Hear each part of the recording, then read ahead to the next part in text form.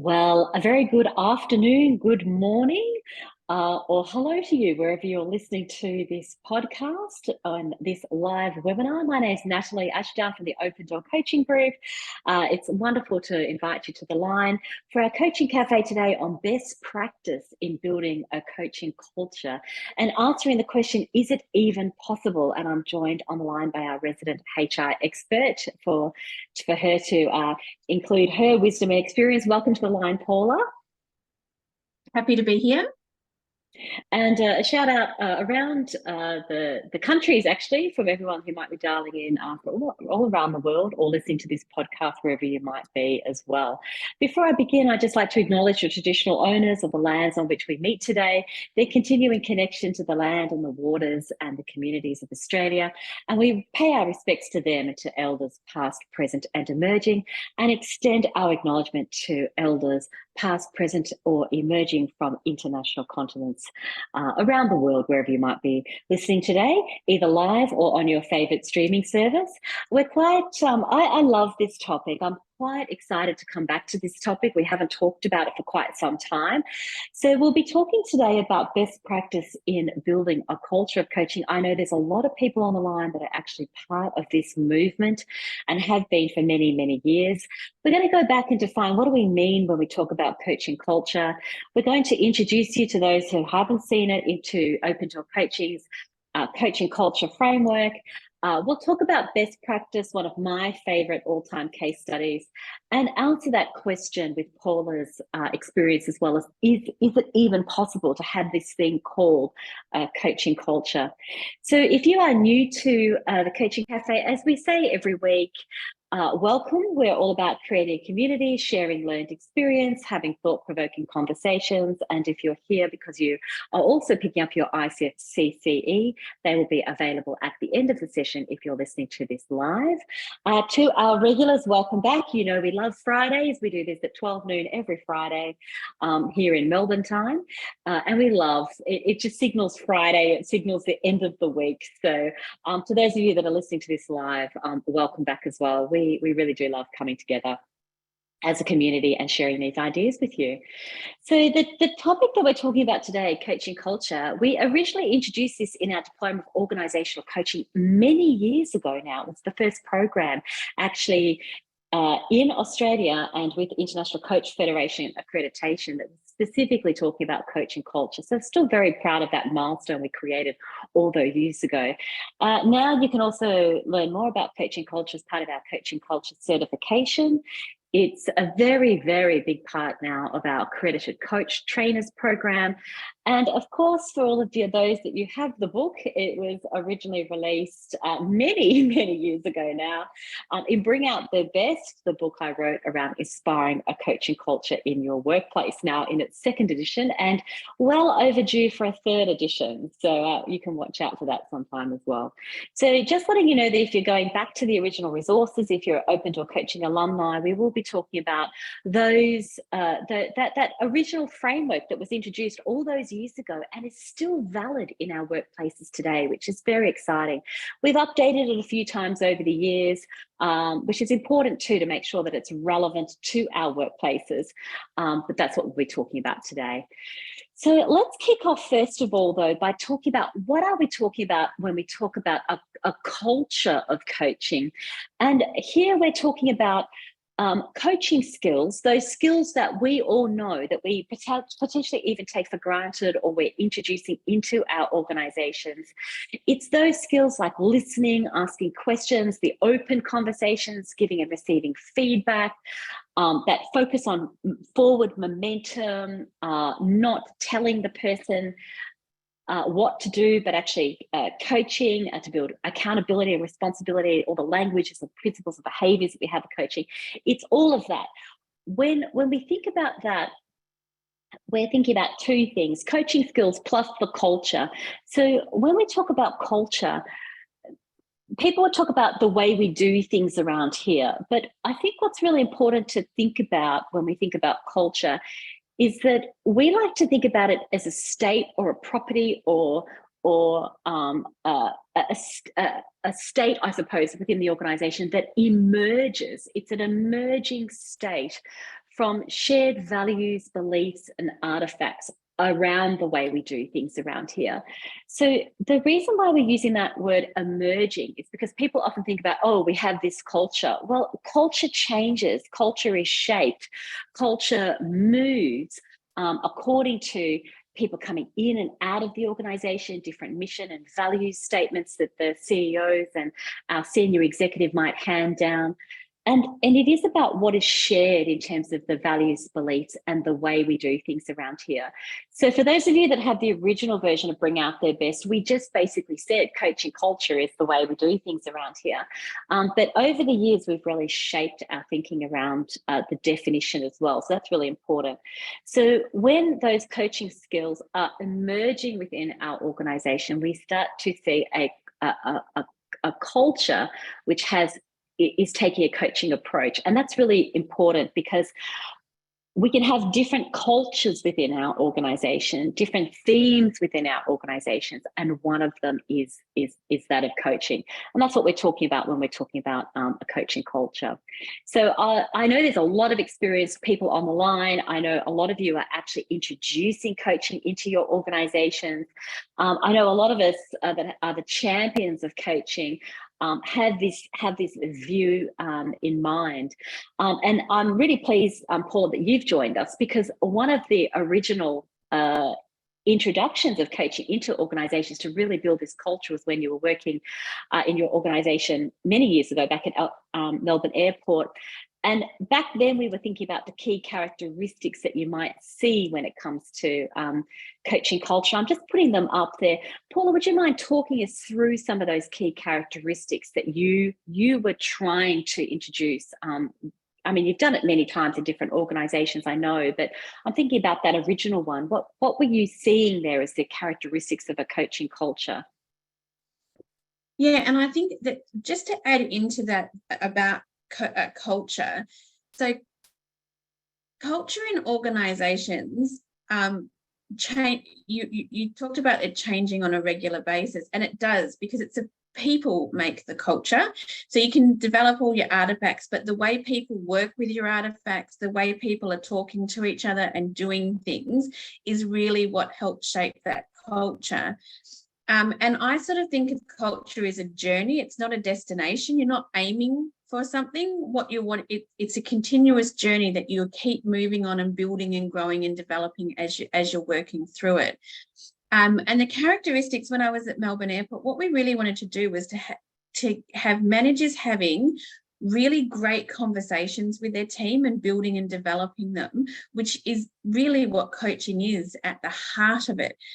So when we think about it from the language of coaching being used in everyday speak, if you're sitting in a meeting, are you hearing people say, what are some options we've got to move forward? What's one thing that we're going to do that will make a difference for us at this point?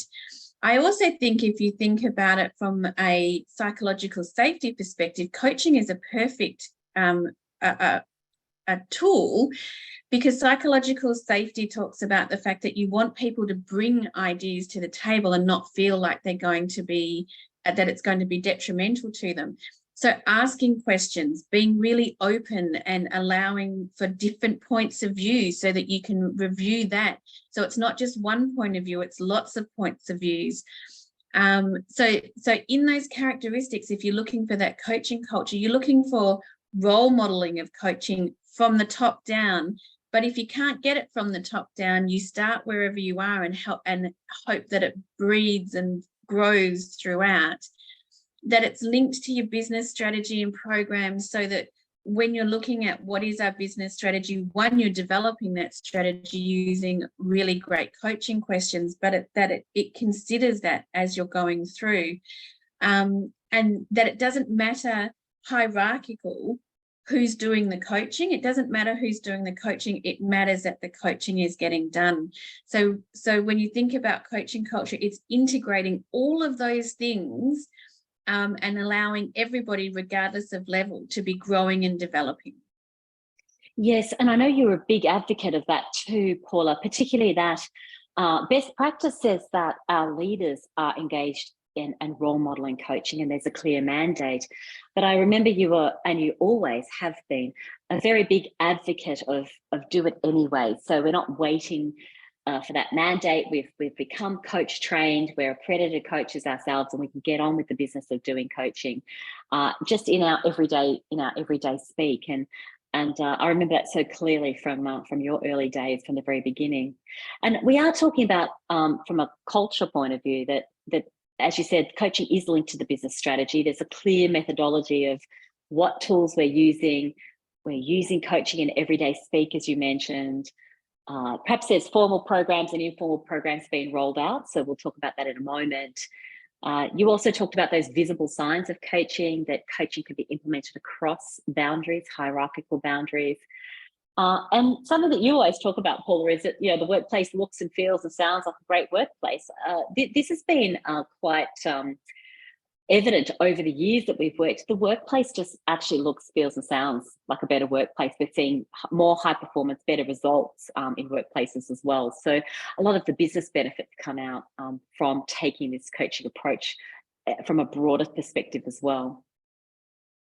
Yeah, absolutely. It's fun. It's, you feel comfortable. You don't have to feel brave to ask courageous questions, because everyone asks courageous questions. And so it links in from that perspective. And I think it's really about creating places where people, where creativity is allowed to grow, where asking questions is allowed to grow, and where people are taking responsibility and are owning things and feeling really proud of what they're doing. Yeah, absolutely. And I know there's a lot of alumni on the line who are doing this already. So it's good to go back actually to the original coaching culture framework that we built, and we are still using today, and we update when we need to go back to, well, how do we actually do it? What is this all about? And so we have the coaching culture framework on the screen there. And we want to show you that from our perspective, there's two parts to the framework. There's the top part of the framework, which is around the strategy and the setup of coaching within the organization. And that is linking coaching to organizational values and vision. The pink segment of the pie is around linking coaching through to the organizational workforce and strategy. And then, as we've talked about, the visible signs that you might see in the workplace around coaching, but what you almost might hear and feel, which are the organizational artifacts. So the top part of the diagram, for those that who can't see it, you might be listening to this on the podcast, is think about a pie, and the top segments are around strategy and setup, and the enablers are the bottom half of the pie. So it's those things that enable the implementation of coaching within the organization. And each of these pieces of the pie are really worthy of consideration from a strategic point of view, but also from how we're actually implementing coaching. And I might move on quickly just to talk a little bit more about each of these, the top half of the pie and the bottom half of the pie, but also answer that question, is it even possible? So what you're talking about, Paula, is a lot of people say, well, is it even possible that we can have this type of culture? And I suppose, spoiler alert, the answer is yes, because you have been involved, and I have been involved for many years in championing coaching within workplaces, and many of our alumni have as well. And they have, over time, over many years, been implementing coaching within the organization and bringing this culture. And I suppose the best example we have, and people would be very well aware of this, is the work we've been doing with Air Force over many years. And so that's the example I'd like to use as I explain the different parts of the coaching culture map to you. And as we always say, please feel free to jump in and ask any questions that you might have as we go along here. So when we think about best practice in introducing coaching, the strategy part of it is the strategy and the setup, which is the top part of the diagram. And we're talking about the organization's values and vision and mission. And Air Force's mission is to prepare air and space power in order to enable the joint force in peace and war, protecting our sovereignty, resisting coercion, and exercising our rights under international law. So when we think about Air Force's organize the mission, that's the mission, but then the organization is underpinned by the values. And this is the one defense, they talk about one defense values. And what's important here is that the coaching we do has to be linked through to Air Force's mission, has to be linked through to the one defense values. So we're thinking about, from a strategy and a setup point of view, how do we link what we're doing through to the defense values and through to the mission? And that is also then articulated in Air Force in terms of CAF's intent, Chief of Air Force's intent, AFSTRAT, which is Air Force's strategy, and 5 lines of effort. Now, all of this is publicly available information to you. What's important here is we're linking coaching to the lines of effort, the strategic lines of effort for the workforce. And one of those strategic lines of effort is around building people capability and skills, having the building people within the organization, and being ready to actually act when needed. So what we're thinking about here from a strategy point of view is, in order for a culture of coaching to be successful and be sustained within the organization, for example, over a long period of time that Air Force has been doing coaching, it has to be linked through to one of those lines of effort or some part of the strategy. And then we start to see the organizational artifacts like job descriptions, performance reviews, incorporating coaching approaches, but also things like posters or little lanyards or things like that might have the GROW model on it. So all of these things have been implemented in terms of best practice. What I like about it is that every business case that we ever write when it comes to coaching has to be linked through to the workforce strategy in some way. And when this is actually locked in, that's when we actually see the best practice in terms of implementation. Paula, did you have any comments around that, and given your experience in the area as well? Yeah, and in the organisational artifacts, one of the key ones for me is around your remuneration and benefits packages, around how you promote, how you reward people for their effort. And when you're using that coaching approach, you're looking at how well are your leaders developing their people, how well are they playing nicely across the organisation. And traditionally, monetary reward came from, did you get the job done, and it didn't matter how you got the job done, but you got the job done. Whereas in a coaching culture, it's actually more important about the how you got it done, right? You need to get it done. Like, we're not saying don't get it done, but it's the how did you go about doing it? How are you increasing in those areas? It's not just about, did I make the money, but did I develop the people as we were going along? Did I work within the organisation coaching framework to make sure that everything we did was met our values of the organisation? So when you think about those organisational artifacts, it's about the whole gamut across all the things that you do in the organisation, and what does it look like, and making sure that they're connected to the value and the vision, connected to your strategy of where you want to go, and then making sure in that workforce strategy that you are attracting the right people for your organisation who are going to continue to build that culture that you're working towards. Yeah, absolutely. And the glue that glues all of this together, as we've talked about already, is the coaching principles. So I like that the coaching principles is in the middle of the diagram, actually, as the glue. So it comes back to the very important comment we made at the very beginning, is that perhaps your organisation doesn't have a workforce strategy that includes coaching as part of that strategy. Or perhaps there aren't that many organisational artifacts that you can actually pinpoint.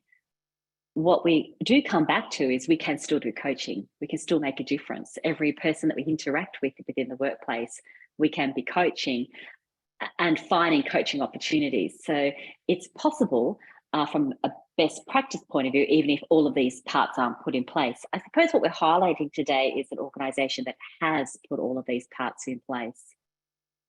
Yeah, and your subject matter sorry, Nat, your subject matter experts in your organisation, might not be leading people, but your subject matter experts can be great coaches along the way. And when you're looking at project management, using coaching skills, so it can be integrated into all areas. Yeah, and that leads very nicely, actually, Paula, onto implementing coaching within the organisation. So there's things that we will actually do. There's programs that we'll put in place to enable the workforce strategy, to enable us to live the values and vision of the organisation, to embody that, if that makes sense. And that might include individual and team coaching. So Air Force have done this individual and team coaching. They have a program that is coaching the commanding officers. So very senior coaches are coaching commanding officers. Coaching might be introduced into individual departments or business units. I'll be flying out shortly to go and work with an organisation that's introducing coaching, the Leader as Coach program, into their call centres, looking for uplift in performance in call centres, in the call centre environment. So there's a specific department, a business unit that's going to be implementing coaching. And we've done a lot of work with call centres, actually. From Air Force's point of view, this is around introducing coaching into individual squadrons, into individual lines of efforts, into individual units. So we might not be able to get the whole organisation on board or several parts of the organisation on board, but we can certainly start working on individual units. For example, the organisation I'm about to work with, they're not even looking at the whole organisation. Well, the vision is for the whole organisation, but let's start with one business unit, the call centres, that really need coaching and that uplift in performance that coaching can give. Of course, we were talking about coaching culture long before the idea of accreditation kicked off. We still really, really believe organisations that are implementing best practice have internally accredited coaches. They are ICF accredited, or they're Cert 4 in workplace and business coaching, or diploma level, a Diploma of Organisational Coaching level qualifications. They're the coaching champions, actually. They're the ones that are role modelling and are qualified in coaching. And I'm very, very proud to let people know that we have coach trained at Air Force nearly 700 people. So across our entire Air Force, which is about 14,000 people, about 700 people that have actually been accredited as coaches within the organisation. And then they can go on and roll out Coaching 101, or as it says on the diagram here, coaching programs like Leader as Coach, Coaching 101 programs, Manager as Coach, and different coaching workshops. Last time I heard, there was about 9,000 people within our Air Force that had attended a Coaching 101 program. So when you talk about coaching culture, it is the largest scale rollout of coaching that I've actually been involved in. And I think it would be up there with the largest scale rollout of coaching that we've seen. So in Australia in particular, that kind of scale. The other part of the coaching culture map, the things that enable coaching within the organisation, is that continuous evaluation and feedback loop. So it's not assuming that we're always on the right path. It is getting feedback, getting continuous improvement. And this is where also we're starting to really look at the return on investment. So the organisation has invested funds and time and effort and budget into introducing coaching to people. So what kind of return on investment have we actually gotten from that investment? These are the kind of questions we're talking about in that red piece of the pie. I do like the idea that these are the enablers. These are the things that we're introducing to enable coaching within the organisation. And the more that we do this, the more that we can expand the rollout from a best practice point of view. And of course, answer that question that yes, it is actually possible. Paula, interested in your commentary here as well.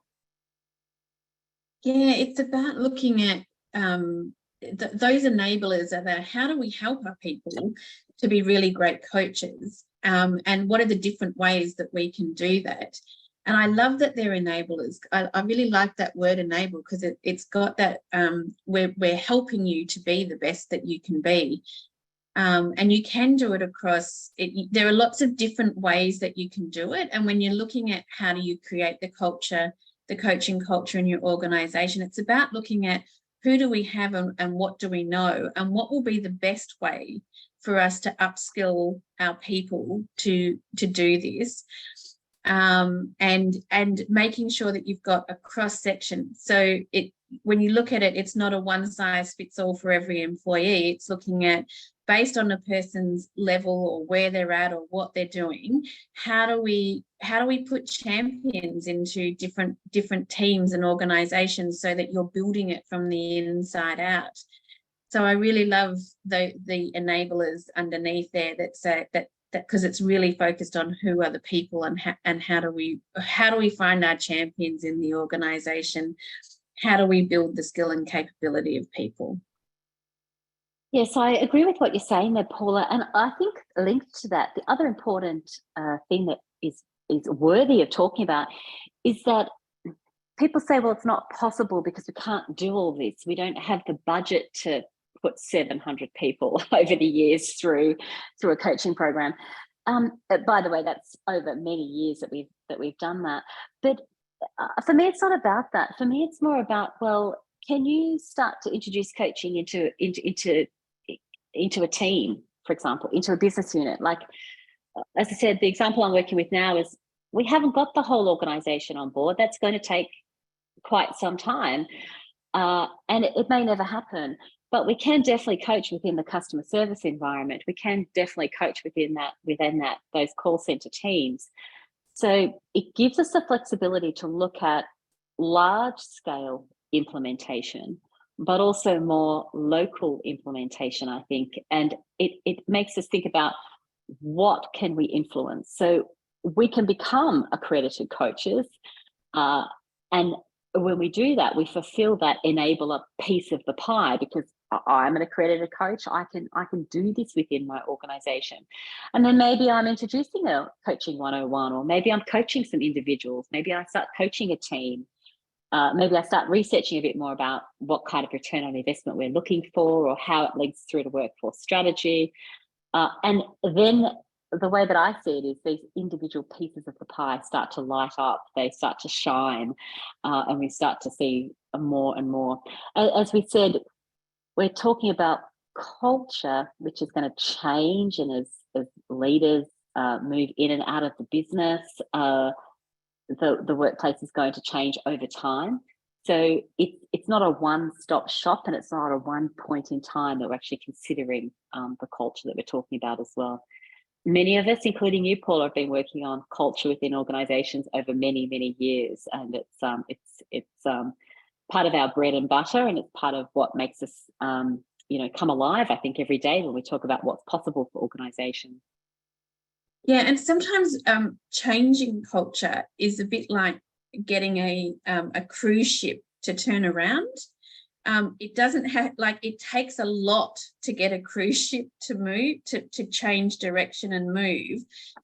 But if you take it at a pace that works for everybody, then you can you move together with it, and you get where you want to go. And sometimes, I've gone into an organization who didn't even know they were going to have coaching culture, and you just start one conversation at a time, and then you find people working with you and using the same language and asking the same types of questions, and so you're moving the cruise ship without them even knowing that they were changing direction. Yeah, absolutely. And you've always said that one coaching question at a time, Paula, and I think that comes back to the coaching principles, which we all embody. And it comes back to how we can influence on a day-to-day basis too. So culture is what we do on a day-to-day basis, and that's how we are able to role model what we'd actually like to see in everyday conversations. So that's a really nice way of summarizing and thinking about how we can influence as individuals and as champions. So it's been really wonderful to talk to you about coaching culture, and I just want to point out to everyone who's listening that there's such a great opportunity now to take what we do. So to take our Certificate for Workplace and Business Coaching, the Level 1 ICF accredited program, and become a coach trainer. So you can actually deliver this program in your organisation. For us, I think there's another piece of the pie, actually, that we can add to coaching culture. One thing is to be accredited coach trainers, but there's another piece of the pie now that's been put in place for you all, and that's for you to now become the people who train other coaches within the organisation. So a highly effective way of influencing culture, and a highly cost-effective way as well. So we have the diploma coming up, the Cert 4 in Workplace and Business Coaching coming up. We have our Level 1 Accredited Coach Trainers program, which we're very excited to be able to share all our knowledge and skills and opportunities. Leader as Coach is coming up as well. It's going to be a very busy quarter, actually, and some more mental health first aid training being implemented as well. So you can scan us and you can check in with us and see what you'd like to focus on in the next quarter as well. So all of these parts of the piece of the pie that we do through our coach training is all to help you build a coaching culture, and it's really, as I said, very work that we're really proud of. So on that happy note, the answer to the question is yes, it is possible. It's what we do on a day-to-day basis, and very proud to have the programs in place that actually enable you to do that as well. So thank you. It's been a pleasure talking with you today about a topic that we're very passionate about. We're going to be continue our conversation around coaching culture over the next few coaching cafes. So please feel free to connect with us. And we will say good afternoon to everybody, or good day to you, wherever you might be listening to it. And we look forward to catching up with you at our next coaching cafe.